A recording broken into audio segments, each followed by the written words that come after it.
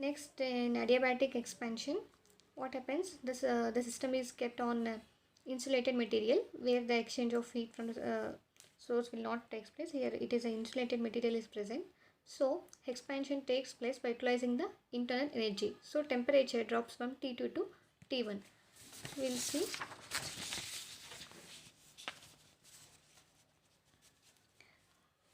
Let us consider here pressure changes from P2 to P3 and volume from V2 to V3. And it means pressure decreases whereas volume increases. You know that pressure and volume are inversely proportional. And here since the process is adiabatic means exchange of heat with the surroundings does not take place. It is an adiabatic. So no heat will be absorbed by the system.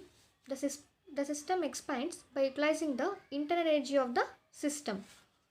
So the temperature changes from or falls from T2 to T1. And from first law, again you know that Q is equal to delta E plus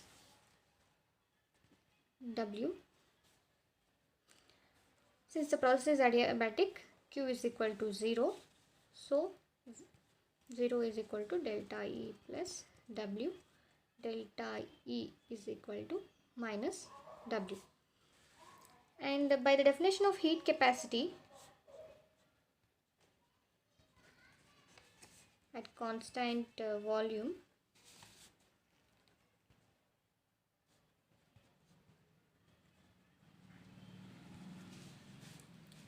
CV is equal to dE by dt. And we can write dE is equal to CV dt. And we can substitute, so by substituting in this, minus W is equal to CV dt. We can take as W2 is equal to CV T1 minus T2 and minus W2 is equal to minus CV T2 minus T1. Write it as equation number 2. And next we'll see isothermal compression.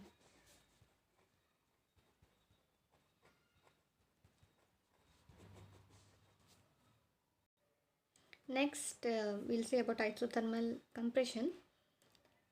In this, the system gets cooled by pushing the piston downwards and the heat energy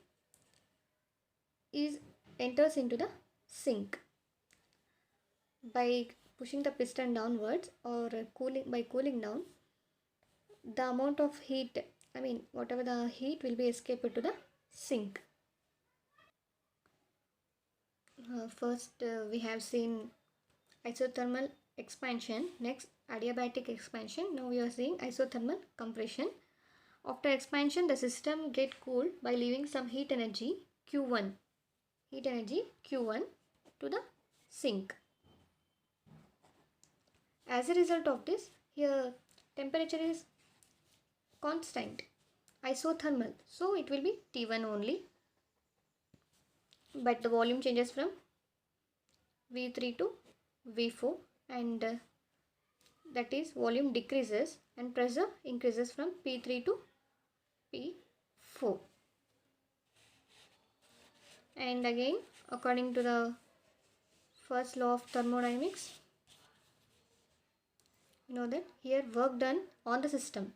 So what you will get, Q is equal to delta E minus W. So here from first law of thermodynamics, you know that Q is equal to delta E minus W, and we know that here the it is isothermal process, so change in internal energy is 0. So delta E is equal to 0, and from this we'll get Q is equal to minus W.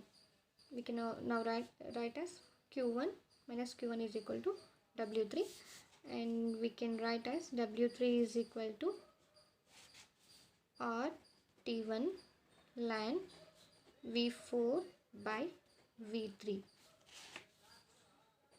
and W3 is equal to minus Q1 is equal to RT1 ln V4 by V3, and this is given equation number 3.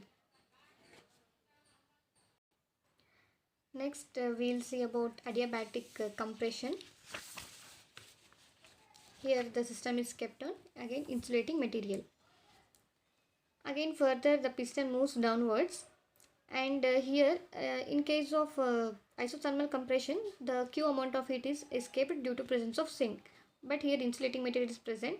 So due to this, the temperature here again changes from T2 to T1. Sorry, T1 to T2.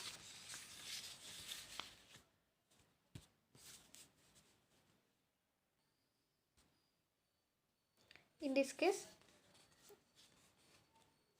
pressure changes from V4 to V1, and volume from V4 to V1. It comes to initial state, and a temperature from T1 to T2. And since the process is adiabatic, Q is equal to 0. So from first law of thermodynamics, delta E is equal to minus W. We'll get W is equal to minus delta E. Again from, we know that the heat capacity Cv is equal to dE by dt. By this we get W4 is equal to Cv T2 minus T1, and this is equation number 4. We'll write 4 equations at one side. Equation number 1, what we got, this is the 4 equations which we have got from isothermal expansion, adiabatic expansion, isothermal compression, and adiabatic compression. Now we'll see the net heat absorbed during cyclic process.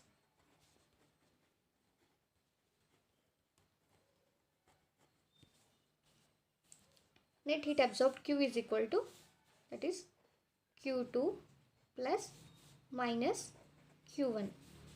What will be Q2? T2 ln V2 divided by V1 plus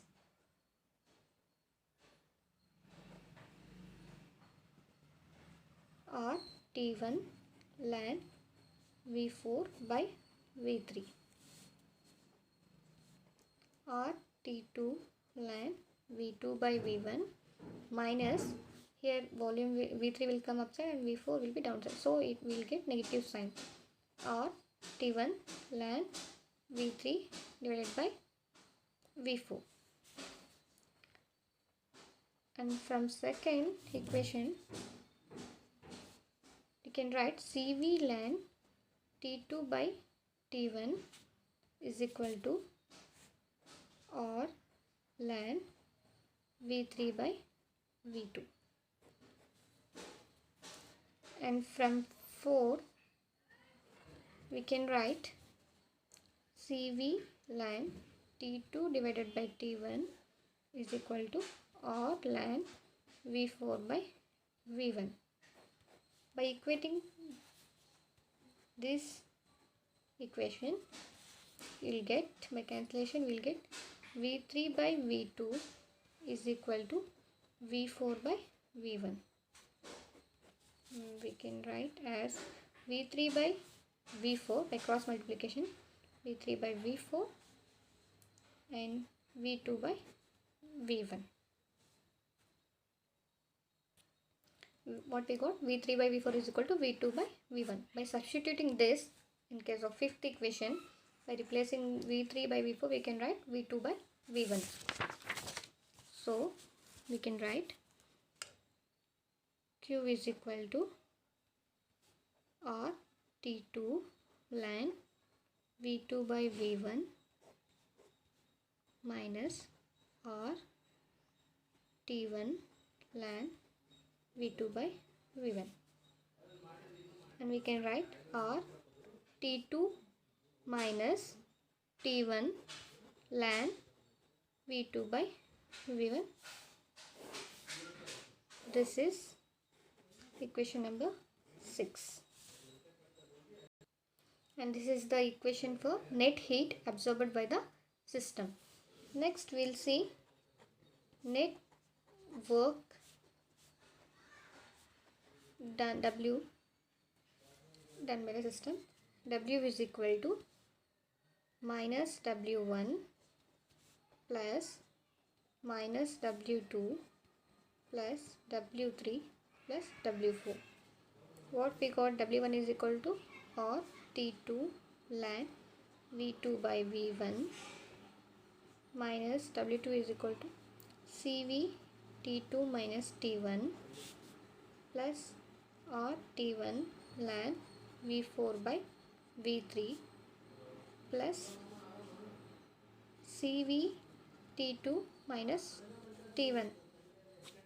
By cancellation, W is equal to R T2 ln V2 divided by V1 plus R T1 ln V4 by V3, and W is equal to R T2 ln V2 by V1 minus R T1 ln, by taking V3 upside, we will get negative sign, V3 divided by V4. And we can write the equation W is equal to work done is equal to or T2 minus T1 by taking common ln V2 minus V1. Since we have already seen that V3 minus V4 is equal to V2 minus V1. By this we can write this equation. What we got, net work done is equal to W is equal to or T2 minus T1 ln V2 minus V1. By this is equation number 7. From equation 6 and from equation 7, where we got same, or T2 minus T1 ln V2 minus V1 or T2 minus T1 ln V2 minus V1. We can say that amount of heat is absorbed is equal to work done. Next we'll see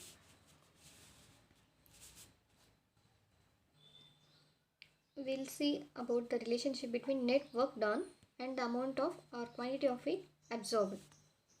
We'll take W is equal to or T2, equation number 7 we are taking ln V2 minus V1. We can write it as or T2 ln V2 divided by V1 minus or T1 ln V2 minus V1. Since Q2 is equal to or T2 ln V2 divided by V1, we can write this as Q2 minus or T1 ln V2 divided by V1. Next, W is equal to Q2 minus or T1 ln V2 minus V1 multiplied with T2 divided by T2. Q2 minus or T2 is taken this side ln V2 minus V1, then we'll get T1 divided by T2.